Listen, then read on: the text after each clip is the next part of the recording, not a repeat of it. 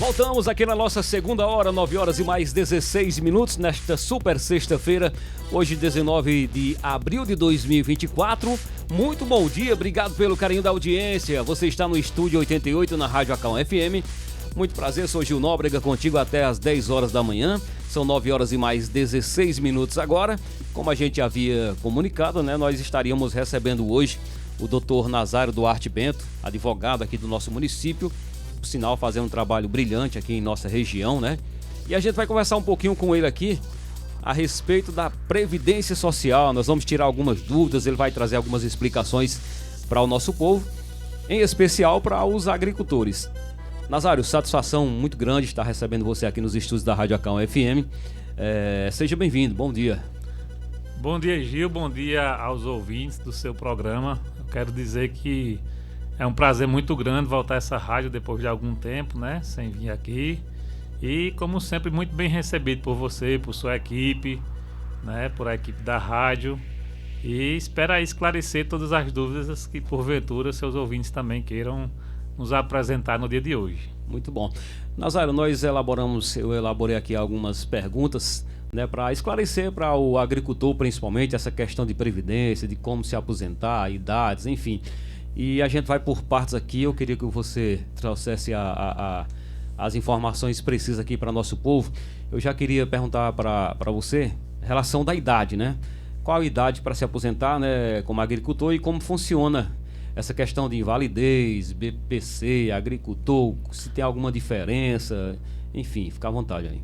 Gil, é muito comum as pessoas perguntarem por onde a gente passa essa questão da idade, quais são os benefícios que a Previdência tem para os agricultores em si.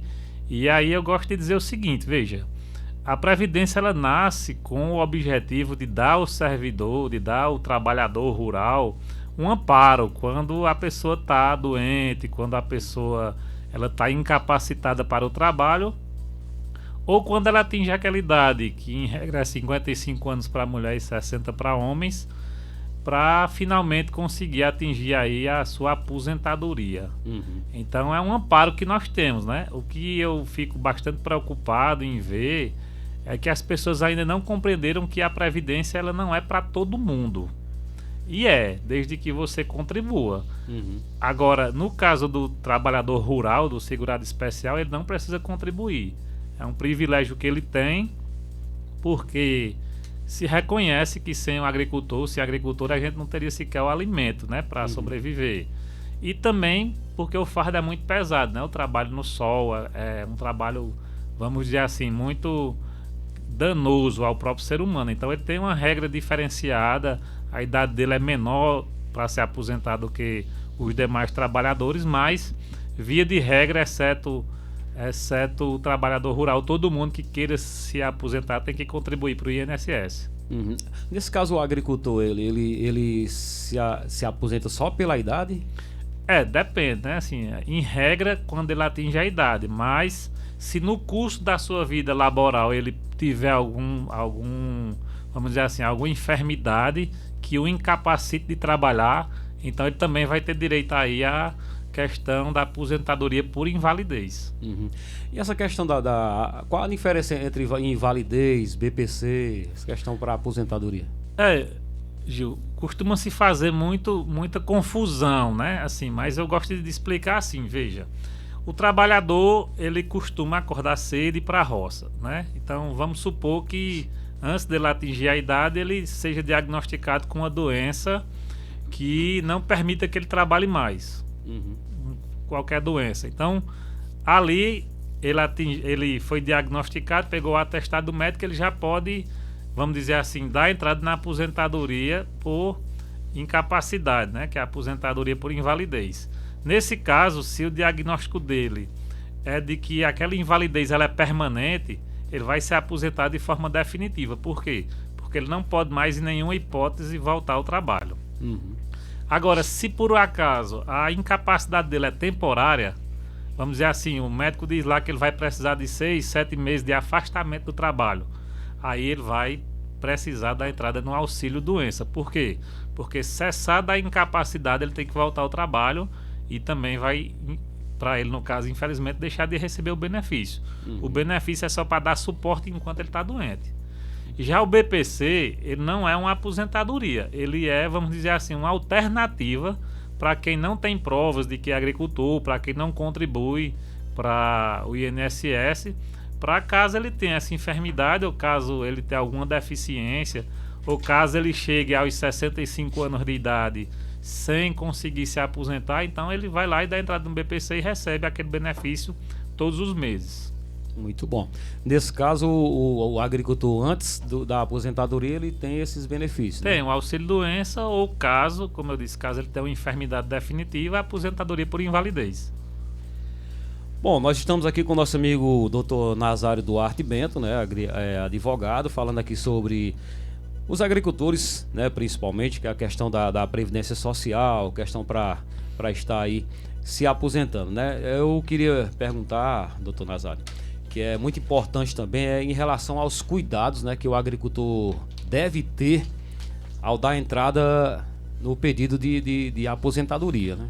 Gil, o primeiro cuidado que o agricultor ele tem que ter, na verdade, durante toda a sua vida é guardar a documentação que comprova o seu exercício rural.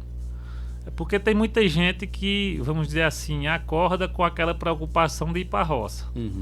E ao longo da vida ela não guarda documento nenhum para comprovar que é agricultor. Aí quando chega lá na frente que ela vai se aposentar, aí ela não tem as provas. Aí vai dificultar sim o acesso à aposentadoria. Então se você, agricultor, agricultora, está no início de sua vida profissional, ou se você está trabalhando já há algum tempo, é bastante importante você guardar aí provas de que você, vamos dizer, arrendou o imóvel que você trabalha, prova de que você fez aqueles benefícios do governo, né? O seguro safra, o garantia safra, essa questão vamos dizer assim, do Bolsa Família, quando você vai fazer lá o cadastro, quando você vai para um postinho de saúde que você faz a ficha, que você se identifica como agricultor, quando você vai matricular um filho no colégio, que você coloca lá quem são os pais da criança, qual é a profissão, tudo isso vai servir de prova lá na frente. Agora, atingiu a idade ou foi incapacitado por alguma doença e vai dar entrada no benefício, o que é que eu recomendo? Primeiro, tem tido muita procura aqui por atravessadores.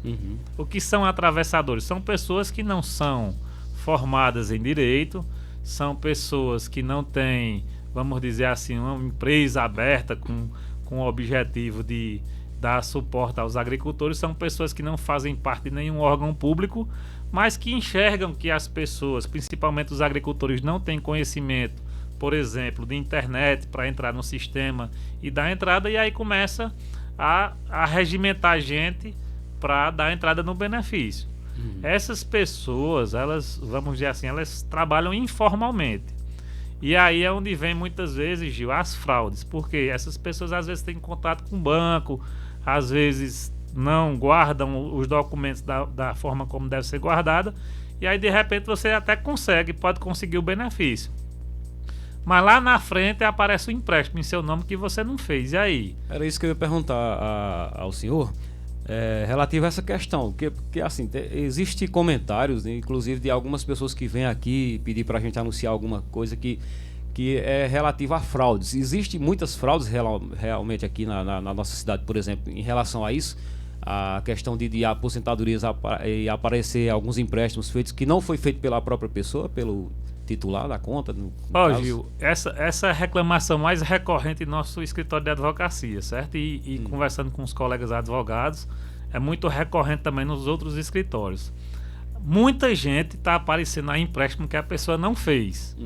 Aí eu pergunto, se você entrega seu documento a qualquer um, vou mais além, vai aparecer um pouquinho mais à frente uma fraude aí, porque as pessoas estão entregando sua senha Gov para esses atravessadores. Veja, a senha Gov hoje ela dá acesso a muita coisa, não só a empréstimo. É claro que tem gente que está levando defunto aí para fazer empréstimo aí no banco, né? Mas nem precisava levar. Se a pessoa tem a senha Gov, às vezes coloca lá uma assinatura numa procuração que não sabe nem para que é, Daqui a pouco vai estar aparecendo gente aí transferindo imóveis, vai estar aparecendo gente aí fazendo empréstimos, e aí a pessoa se complica e não tem nem o que fazer, porque a Ciangov hoje é a assinatura digital da pessoa. Ela serve para qualquer coisa hoje. Realmente tem muita coisa que você vai acessar e pede para entrar com a senha Gov, né? E lá dentro tem todo um aparato lá, um leque, na verdade. Todas né? as suas informações disponíveis para os órgãos públicos estão no acesso do Gov. Então, a partir do momento que você fornece a senha Gov para alguém, você está dando livre acesso a toda a sua vida. E aí, essa pessoa de boa fé pode lhe ajudar em algum sentido? Pode. Não vamos também dizer que todas as pessoas que trabalham com isso são pessoas desonestas. Mas, no meio delas, existem muitas que, vamos dizer assim, quer tirar proveito. E aí acontece da implicação criminal lá na frente. E aí a gente sabe aqui que teve uma empresa que veio aqui, que já tem muitos boletins de ocorrência, pessoas de fora que chegaram aqui dizendo que iam fazer empréstimo e saiu daqui com mais de R$1 milhão do Exu, somados todas as fraudes que foram praticadas. Então, assim, é preciso ter muito cuidado. Se você não conhece a pessoa, se você não sabe de quem ela é filha, onde ela mora, não forneça esses dados não, porque você vai se prejudicar. E repito, no Exu hoje nós temos uma gama de muitos advogados, entendeu? Não só eu, tem outros escritórios no Exu. Se você for dar entrada no seu benefício, procure esse profissional habilitado, até porque ele é ligado a um órgão muito sério, que é a OAB, que fiscaliza o trabalho, e que se por acaso houvesse algum tipo de ilegalidade, ficaria mais fácil de você resolver. Nazário, agora uma dúvida que eu tenho também é essa questão do agricultor exercer outra profissão. Por exemplo, antes da aposentadoria, ele trabalha por um certo período de carteira assinada em uma loja, por exemplo, em empresa. Futuramente isso pode vir a prejudicar ele? Gil, assim, veja, o que eu quero dizer é que eu fiquei muito preocupado porque recentemente eu assisti uma entrevista da rádio em que um ex-presidente do sindicato disse que o agricultor ele poderia, em horas alternativas, desenvolver outras atividades. Veja bem, por exemplo, se você, Gil Nóbrega, quiser se aposentar hoje, ou se você quiser ter acesso a um auxílio-doença, caso você tenha algum tipo de enfermidade, você pode. Por quê? Porque a partir do momento que você assina a sua carteira, você vai ver lá no seu holerite, no seu contra-cheque, que uma parte dos seus rendimentos é para pagar o INSS para você ter essa segurança. Mas para além disso, o seu empregador também paga. Ou seja, você e a pessoa jurídica da rádio pagam um valor para caso você deseje se aposentar, caso você deseje ter acesso ao auxílio-doença, você tem esse direito. Agora, tem uma classe, como eu já disse aqui no início dessa entrevista, que são os segurados especiais, os agricultores, que eles não pagam. Então, nós pagamos por nós e nós também pagamos por essas pessoas. Aí, o que é que acontece? Percebendo que existe uma classe que não paga, muita gente tem tentado se munir de documentos para se passar por eles na hora de se aposentar. E aí o que é que acontece? Aumenta o número de aposentadorias das pessoas que não pagam, e aí como o dinheiro do INSS ele não é um dinheiro, vamos dizer assim, ilimitado, chega-se às vezes numa situação da Previdência ser deficitária. Então temos que ter essa consciência. Se você é agricultor ou agricultora, você faz jus ao benefício sim, sem pagar nada mensalmente. Agora, se você não é, você tem que procurar um advogado para ele lhe orientar sobre como é que você pode fazer para se filiar à Previdência Social. No caso, você pode ser empregado, já que já é descontado do seu salário e seu empregador paga, e se você não for, você pode, você mesmo, como por exemplo nós que somos autônomos, ir lá e pagar como contribuinte individual. Eu pago minha previdência todo mês, então quando eu precisar da previdência eu vou lá e vou receber o meu direito. Eu também pago individual, né? Aí, além da carteira assinada, né? Eu pago como MEI, né? Na verdade. Isso. Aí a minha preocupação, Gil, é o quê? É porque a partir do momento que eu afirmo que a pessoa pode ter, vamos dizer, 2 atividades, aí ela vai dar entrada como segurado especial.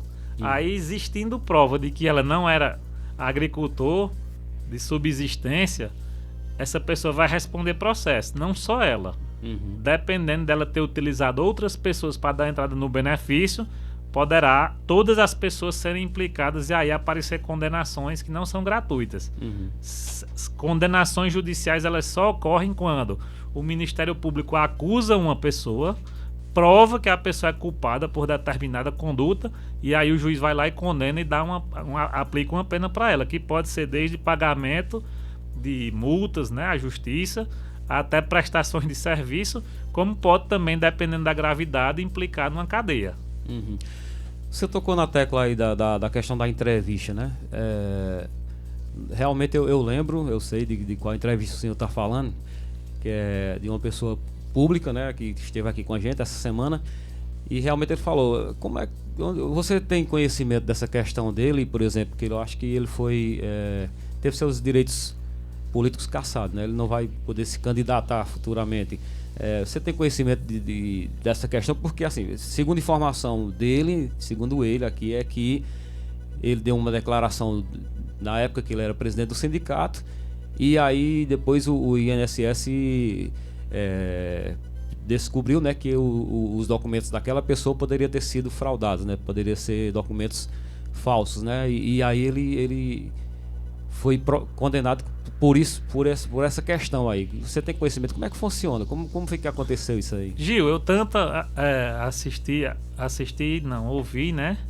Assisti, porque parece que está disponível no Instagram. Tá no Instagram também. Eu assisti a entrevista do vice-prefeito de Exu, sim. Isso. Tenho contato com ele, porque nós somos amigos pessoais. Eu tenho uma história, vamos dizer assim, política e profissional muito ligada a Tiquinho. É um amigo, uma pessoa que eu gosto muito. E lá no começo de minha profissão, muito antes de ser advogado, eu organizei muitas eleições sindicais, das quais ele e aliados dele foram eleitos lá para dirigir o sindicato. Era muito amigo também de Jussier, que era o primeiro presidente do Sindicato dos Servidores. Também ajudei a organizar lá. Assim, é uma pessoa que eu tenho um estima e um respeito muito grande. Agora, Gil, o que eu costumo dizer às pessoas é o seguinte, veja, todos os dias você acorda e vem aqui para prestar seu serviço. Qual é o seu serviço? O seu serviço é informar e trazer às pessoas vamos dizer assim, alguma distração, na medida em que você passa músicas aí, às vezes eu vejo você brincando às vezes com as pessoas, né? Então, seu trabalho é esse. Agora, eu posso dizer que o seu trabalho ele não tem uma responsabilidade? Não, porque se você não chegar na rádio na hora, seu empregador pode cortar seu salário. Isso. Se você aí, utilizando da sua fala, trouxer alguma informação falsa, alguma fake news, você pode responder. Responder também. Se você agravar alguém no uso de suas atribuições, você pode responder aí criminalmente. E da mesma forma, qualquer profissão, qualquer pessoa que exerça um trabalho e até que não exerça, ela tem direitos, mas ela também tem obrigações. E uma vez que você não cumpre suas obrigações a contento, você pode sim ser responsabilizado. Por que é que eu estou dizendo isso? Veja, porque quem está à frente do sindicato dos trabalhadores rurais, ele tem uma responsabilidade. Qual é? Dar suporte às pessoas que são sindicalizadas.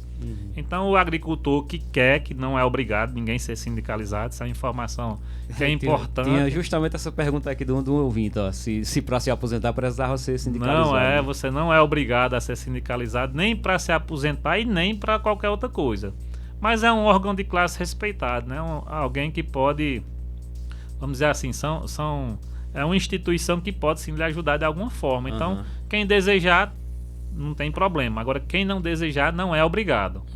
Então, a partir do momento que eu me filio lá, que eu sou filiado do sindicato, eu tenho meus direitos. Quais são meus direitos? O direito de ser atendido por eles lá de forma gratuita, sem cobrança de nada, tá certo? E tenho o meu dever, que é manter a minha contribuiçãozinha lá em dias, certo? E comparecer nas reuniões para se informar de quais são as atividades do órgão. E o dirigente sindical, ele tem alguns deveres sim, por exemplo, nessa questão de guardar a documentação do sindicato, para quando eu precisar ir lá, vamos dizer, trazer serviços para os sindicalizados. E aí o que é que acontece? Quando a pessoa ela é filiada lá do sindicato, ela vai dar entrada no benefício, ela vai lá e entrega a documentação. E aí cabe ao presidente do sindicato verificar se a documentação dela realmente corrobora com a informação de que ela é agricultora e dá entrada no serviço. Mas aí é como eu estou te falando. Se Gil Nóbrega chegar lá hoje com um documento de terra e disser que é agricultor, se ele não tiver cuidado e se ele for querer lhe agradar, ele vai prejudicar ele e vai prejudicar você. Porque você não é agricultor, você é radialista, né? Repórter, enfim. Então, você não pode se enquadrar na qualidade de segurado especial.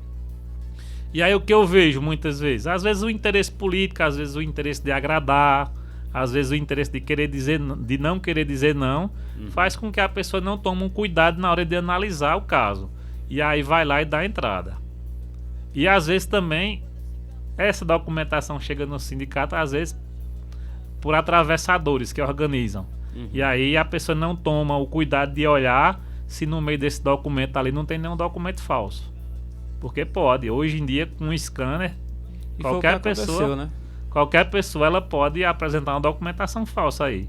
Entendeu? Você scanner. Hoje a inteligência artificial ela muda muita coisa sem muito esforço, né? Verdade. Então, se você não conhece a pessoa e você vai dar uma declaração dizendo que ela é agricultora, aí você vai responder. Aí você vai prejudicar a pessoa, se prejudicar e às vezes prejudicar mais gente. Porque a gente está citando um caso aí, mas é público e notório que existem muitas outras pessoas condenadas aqui dentro da Chu já. É porque, infelizmente, a Justiça Federal é lá em Oricuri.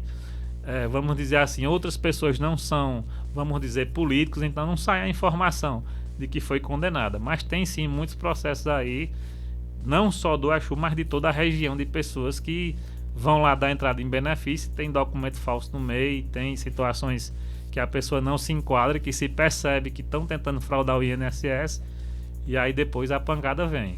Tem que ter muito cuidado, né? Tem que ter muito cuidado. Nazário, tem um ouvinte aqui perguntando o seguinte: bom dia, Gil, bom dia, Nazário. Fui diagnosticado com artrite reumatoide. Tenho direito a algum benefício? Veja, primeiro eu preciso saber se você é segurado do INSS. Se você for agricultor, então nesse caso você vai procurar seu médico, vai perguntar se a doença lhe incapacita para o trabalho, e aí vai perguntar ele se é de forma definitiva ou se é temporária. E aí, ele lhe dando um atestado de que você não pode trabalhar, você vai receber aí o seu benefício, que provavelmente vai ser um auxílio-doença. Agora, tem muitas doenças, Gil, que elas são incapacitantes para a vida toda. Então, nesse caso, é uma aposentadoria por invalidez. E tem aquelas pessoas, como eu disse, que são pessoas com deficiência. Aí, nesse caso, se a deficiência já é de nascença, tem que verificar se ela não tem direito ao BPC, que também é um salário mínimo todo mês. São 9 horas e 39 minutos. Nós estamos aqui com o Dr. Nazário Duarte Bento, advogado, trazendo assim informações, tirando dúvidas aqui da nossa população relativa à Previdência Social. Tem uma outra pergunta aqui, Nazário, que fala o seguinte: eu fiz um empréstimo, Dr. Nazário, há 2 meses. Aí a moça disse que eu tenho que pagar um seguro de vida. Volto à pergunta: 5 meses agora e a moça disse que eu tenho que pagar esse seguro de vida. Procede? Gil, assim, o que eu quero dizer é que venda casada pelo Código de Defesa do Consumidor já não é mais uma questão da aposentadoria, né? Ela é proibida. Você não está obrigado a nada. Certo? Se no ato da contratação do empréstimo lá, no contrato, não tinha, e agora ela está querendo criar essa obrigação, você não está mais obrigado. E mesmo que houvesse dentro do contrato, seriam 2 serviços diferentes, aí não pode, né? Você tem que vender um serviço e cabe à pessoa que está contratando dizer se quer o seguro ou não. Acontece muito, por exemplo, quando você vai comprar celular, né? Você vai na loja e a pessoa diz: ei, você não quer um segurozinho de mais 1 ano, de 2, não é? É uma questão de você escolher se você quer ou não. Não tem obrigação nenhuma não, certo? Agora, existem financiamentos aí, vamos dizer, de valores muito altos, certo? Que aí o banco ele não quer, vamos dizer, de mais de 1 milhão, de 800 mil, que aí o banco ele não quer correr um risco muito grande. Aí às vezes ele diz: vamos colocar aqui a opção de seguro, mas no ato da contratação. Não conheço nenhuma contratação de seguro que seja obrigatória depois não. Até porque nem pode, né? Porque já contratou, o dinheiro já caiu na conta. Aí é muito difícil você querer exigir um seguro depois, né? Essa questão que você falou aí do valor alto é bom até para a própria pessoa, né? Até para o titular, porque, por exemplo, chega a acontecer uma tragédia aí, ele falecer, tem aquela questão de que se não tivesse seguro, a família vai ter que pagar, né? Tendo seguro, eu acho que, se eu não me engano, tem uma cláusula lá que... Gil, que é assim, quita o débito ou não? eu gosto muito de dizer assim, veja bem, essa questão do seguro, né?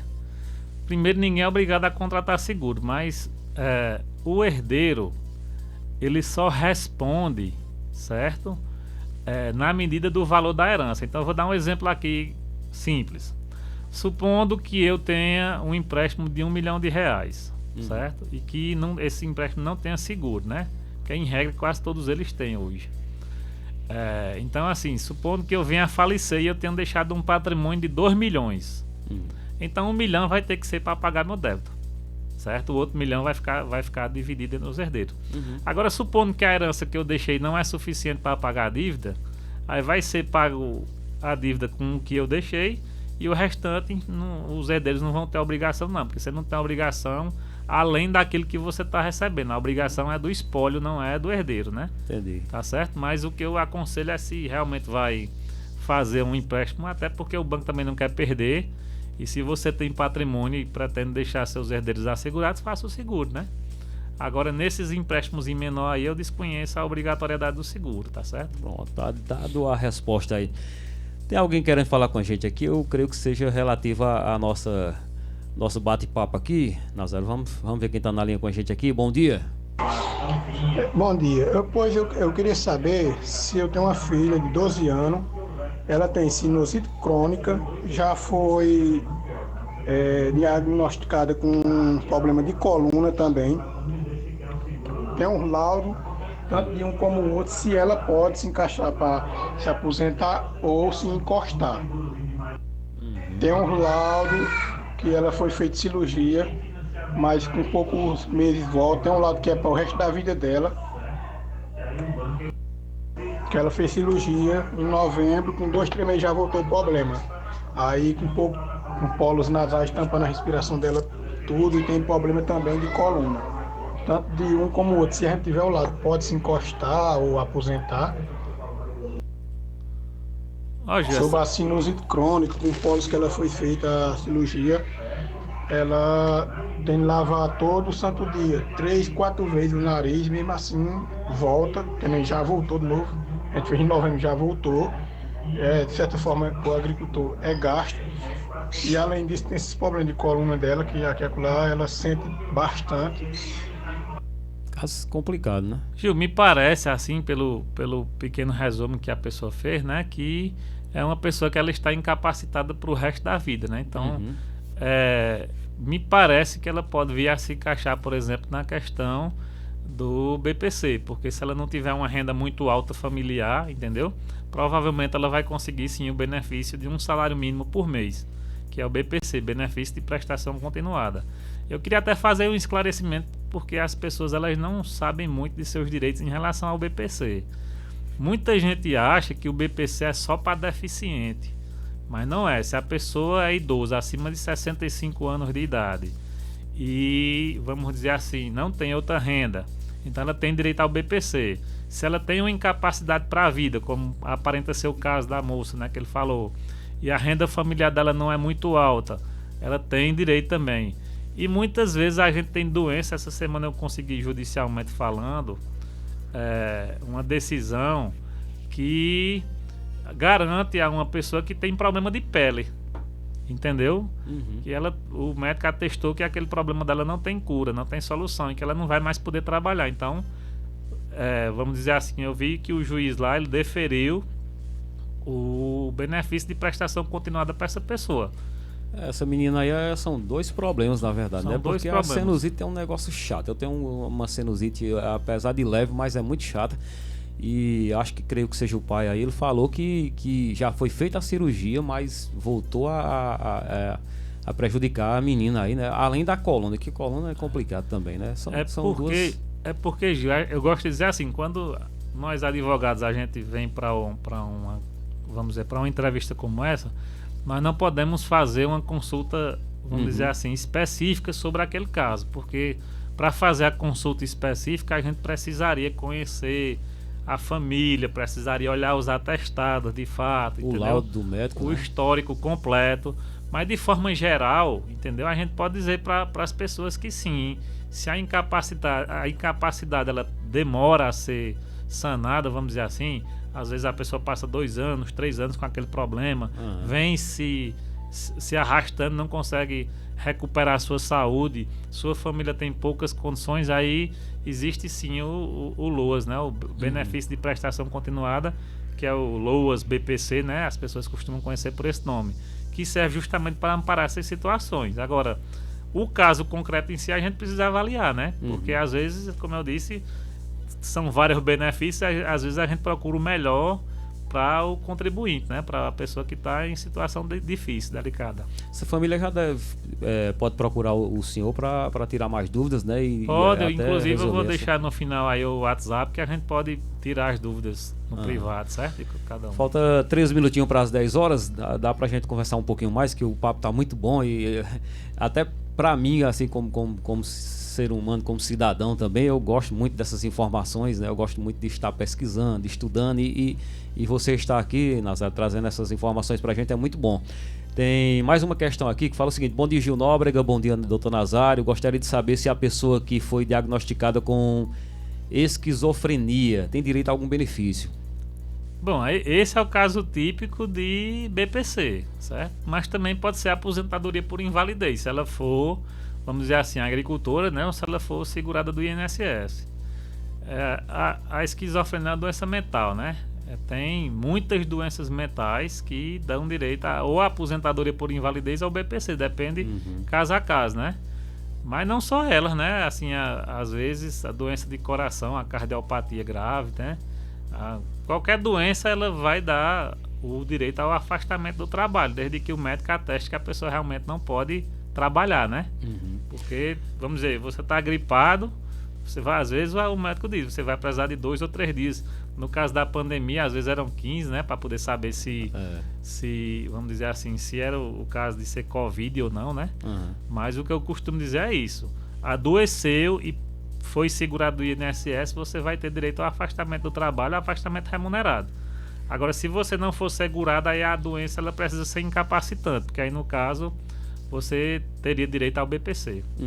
Nazário, agora tem uma pergunta boa aqui, que eu acho que tem, não sei, quem sabe é o senhor. Bom dia, Gil Nóbrega, bom dia, doutor Nazário. Quanto tempo leva para receber o benefício? Eu fui aprovada pela Justiça em 2023, de lá para cá só dizem que o juiz estava de férias, só vai sair agora em junho, 5 meses. E ainda não recebi. O médico perito da Justiça só deu 5 meses. Foi a perícia de 3 de janeiro de 2023.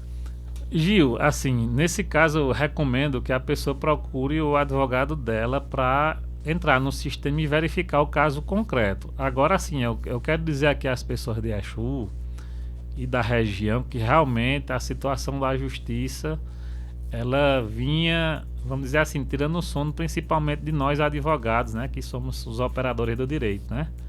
Porque passou um tempo realmente, de fato, sem juiz, não só lá em Uricuri como em Exu, porque a gente tinha um juiz aqui titular em Exu de fato, mas a pessoa acabou sendo, vamos dizer assim, removida para outra unidade, acumulando muitas comarcas, e agora, graças a Deus, chegou um juiz novo na cidade. Em Uricuri, na Justiça Federal, do mesmo jeito, também passou muito tempo só alguém respondendo. E aí, quando isso acontece, Gil, acumula, porque assim, nós advogados, a gente todo dia está levando demanda para a Justiça.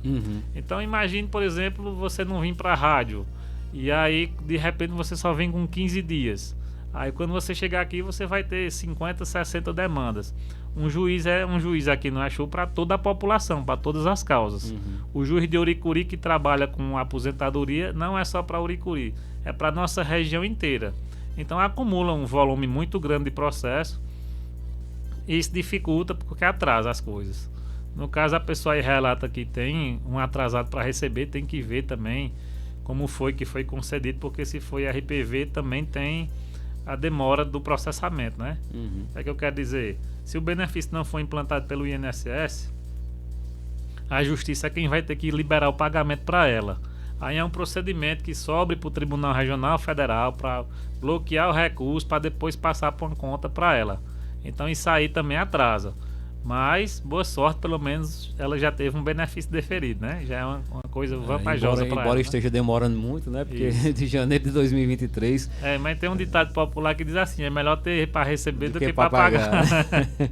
Nazário, tem mais uma aqui. Bom dia, Gil Nóbrega. Bom dia, doutor Nazário. Me chamo Ediane, de Timorante. Eu tenho 7 hérnia discal, hérnia de disco, né? E bico de papagaio. Eu tenho direito a me encostar? Assim, provavelmente tenha, né? O que eu aconselho é que ela procure um médico, peça o atestado do médico, porque, Gil, na verdade a gente fala em direito, mas quem diz o direito, no caso de quem está incapacitado, nem é tanto o advogado, sabe? Quem diz é o médico. Por quê? Porque o médico é quem é o profissional responsável por avaliar a situação dela.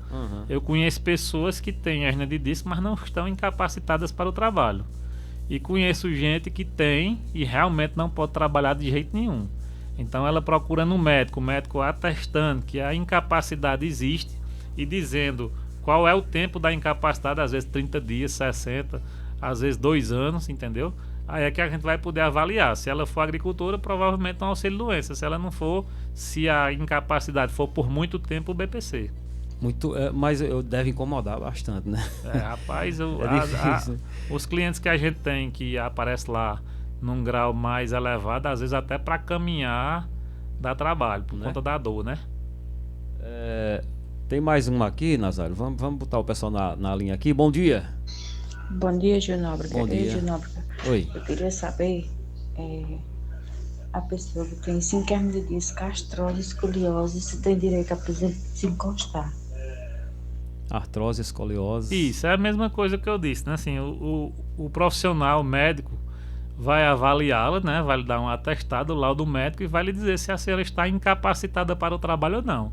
Estando incapacitada e sendo segurada, no caso, ou sendo trabalhadora, ou contribuinte individual, ou agricultora, ela vai ter direito sim de receber o salário mínimo mensal aí, né? Falta 7 minutos, tem mais uma. Bom dia. Bom dia, Gil Nóbrega. Bom dia, doutor Nazário. Gil, pergunta assim, eu gostaria de saber se assim, a pessoa que trabalha com carteira assinada e ainda também já mexeu com agricultura, se ela pode aposentar no tempo de idade ou no tempo de serviço? Diga aí para mim, que eu gostaria de saber. Gil, isso é uma questão que, na verdade, precisaria ser aprofundada, né? Porque assim, se nos últimos 15 anos ela foi exclusivamente agricultora e ela atingiu a idade, então ela tem direito. Mas se durante os últimos 15 anos houve aí, vamos dizer, um tempo como agricultora e outro tempo como, vamos dizer, como empregada, né, fichada, como a gente costuma dizer, né, com carteira assinada, aí provavelmente ela vai ter direito a uma aposentadoria híbrida. Aí, para eu saber exatamente a idade, eu precisaria fazer uma análise pessoal com essa, vamos dizer assim, com essa segurada, né? Porque precisa ver. Se foi nos últimos 15 anos e atingiu a idade, como agricultora exclusiva, ela vai ter direito normal, independente dela ter tido um registro anterior ou não. Agora, se durante os últimos 15 anos ela teve, o que é que eu vejo aqui no Exu muito? Eu vejo, às vezes, as pessoas, elas têm uma vida como agricultor, aí, às vezes, durante a vida todinha, tem uma circunstância em que ela é oferecida uma oportunidade de emprego e a pessoa pega por algum tempo, né? Aí, nesse caso, às vezes, atrapalha um pouquinho, porque aí ela vai ter que se enquadrar não como segurado especial, né? Mas como uma aposentadoria híbrida. Aí, nesse caso, eu precisaria ver o tempo, quando foi que ela trabalhou e tudo, né? Pra gente poder dar o diagnóstico preciso dela, né? Do caso dela, né? Do caso concreto dela. Mas, em regra, não atrapalha desde que tenha sido antigo, né? O vínculo antigo. Se for vínculo recente, atrapalha, sim. Muito bom. 9:55, estamos aqui com o doutor Nazário Duarte Bento, advogado, tirando dúvida, esclarecendo aqui alguns itens, né? Alguns pontos aqui da Previdência Social para o nosso povo. Tem mais uma participação. Bom dia. Sinusite é um negócio chato. Eu tenho uma sinusite, apesar de leve, mas é muito chata. E acho que muito alto. Seja o pai aí, ele falou que já foi feita a cirurgia, mas voltou. Infelizmente não dá pra gente entender, porque foi mandou o áudio com o rádio muito alto, né? Muito rádio. Mas tem uma outra pergunta aqui, Nazário. Diz o seguinte: eu sou agricultora e tenho muitos atestados médicos. Agora não falou se já tem a idade, só falou isso aqui. Diz que a agricultura tem muitos atestados médicos. Deve ser a questão de algum benefício, né?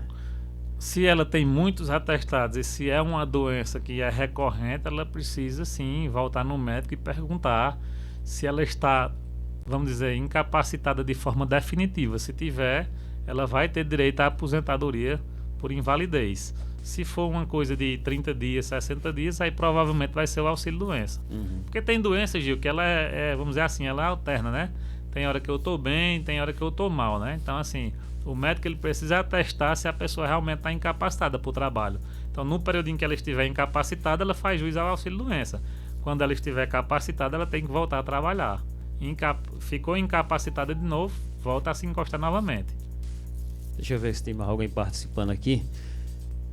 Deu bom dia, mas não respondeu, não continuou aqui. Então, faltam 3 minutinhos só, Nazário. Eu queria agradecer a você, cara, por ter vindo aqui, trazer essas informações para o nosso povo, de grande valia. Muito obrigado por ter vindo mesmo. As dúvidas que foram tiradas aqui com o nosso povo, os esclarecimentos foram muito importantes para a nossa população. Eu fico muito agradecido por você ter vindo aqui, dizer que as portas estão sempre abertas, sempre que você quiser vir, sinta-se em casa. Muito obrigado por ter vindo. Deixo você aí com as considerações finais. Gil, primeiro eu queria agradecer a você pelo convite, pelo espaço, né? A equipe toda da rádio, a meu amigo Benilton, que está aqui do nosso lado hoje também, filmando essa nossa entrevista, que vai ser disponibilizada depois no YouTube e, se Deus quiser, também alguns recortes para o Instagram, para que as pessoas elas tenham acesso à informação. Eu costumo dizer que não adianta nada você ter direito se você não conhece. Verdade. Porque não tem como você acessar o direito, né? Mandar um abraço também, deixar registrado aqui que ontem à noite nós estivemos numa live às 7 horas, eu e Danúbia, falando sobre a questão dos partidos políticos, da eleição que vem, entendeu? Dos direitos, das datas. Eu acho muito importante as pessoas estarem antenadas, né? E deixar meu abraço para você, que já sou sabedor que você é pré-candidato a vereador, né? Tô na luta, deixar né? meu abraço, dizer que eu desejo boa sorte a você. Obrigado. E a todos os pré-candidatos, e deixar o apelo à população que faça a melhor escolha de acordo com a sua consciência, que preferencialmente não se deixe iludir por compra de votos, por venda de votos, porque nossa cidade é carente e, por ser assim, ela precisa de muitos serviços que só podem vir através do serviço público, né? E aí, boa sorte para todo mundo, muito obrigado por tudo. E eu é quem me dispõe aqui, Gil, a vir não só no seu programa, mas de qualquer outro locutor, para que a gente possa estar levando, sim, informações que sejam importantes para a sociedade. Porque, como eu disse a Danúbia ontem, é uma forma de eu retribuir à nossa comunidade toda a confiança que eles depositam em mim. Porque eu tenho 12 anos como advogado e eu digo a você que nesses 12 anos eu nunca tive férias.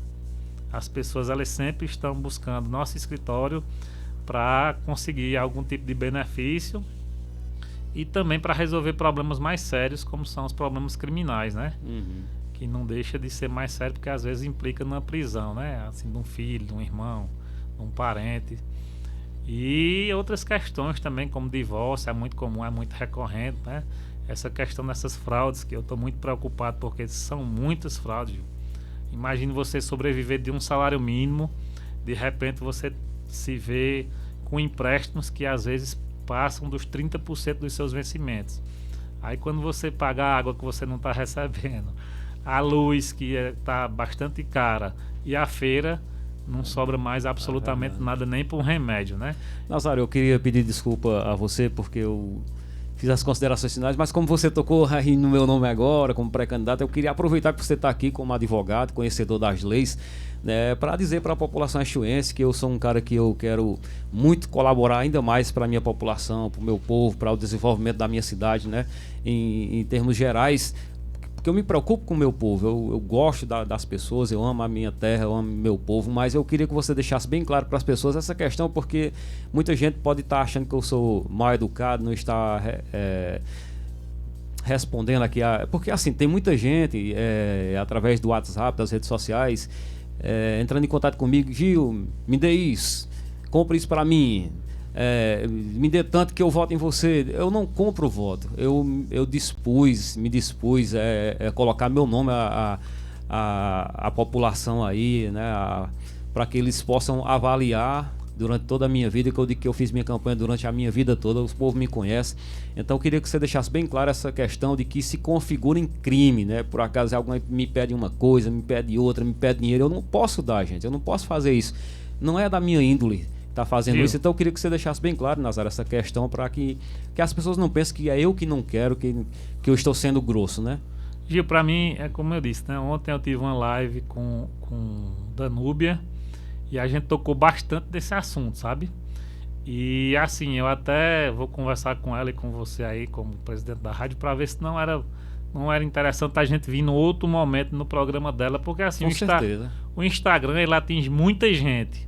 Mas eu sou muito fã da rádio, porque a rádio é um instrumento popular de acesso à informação. Exatamente. Vamos dizer assim, as pessoas da zona rural, as pessoas não é que elas não tenham internet, é que elas prefiram a rádio ainda.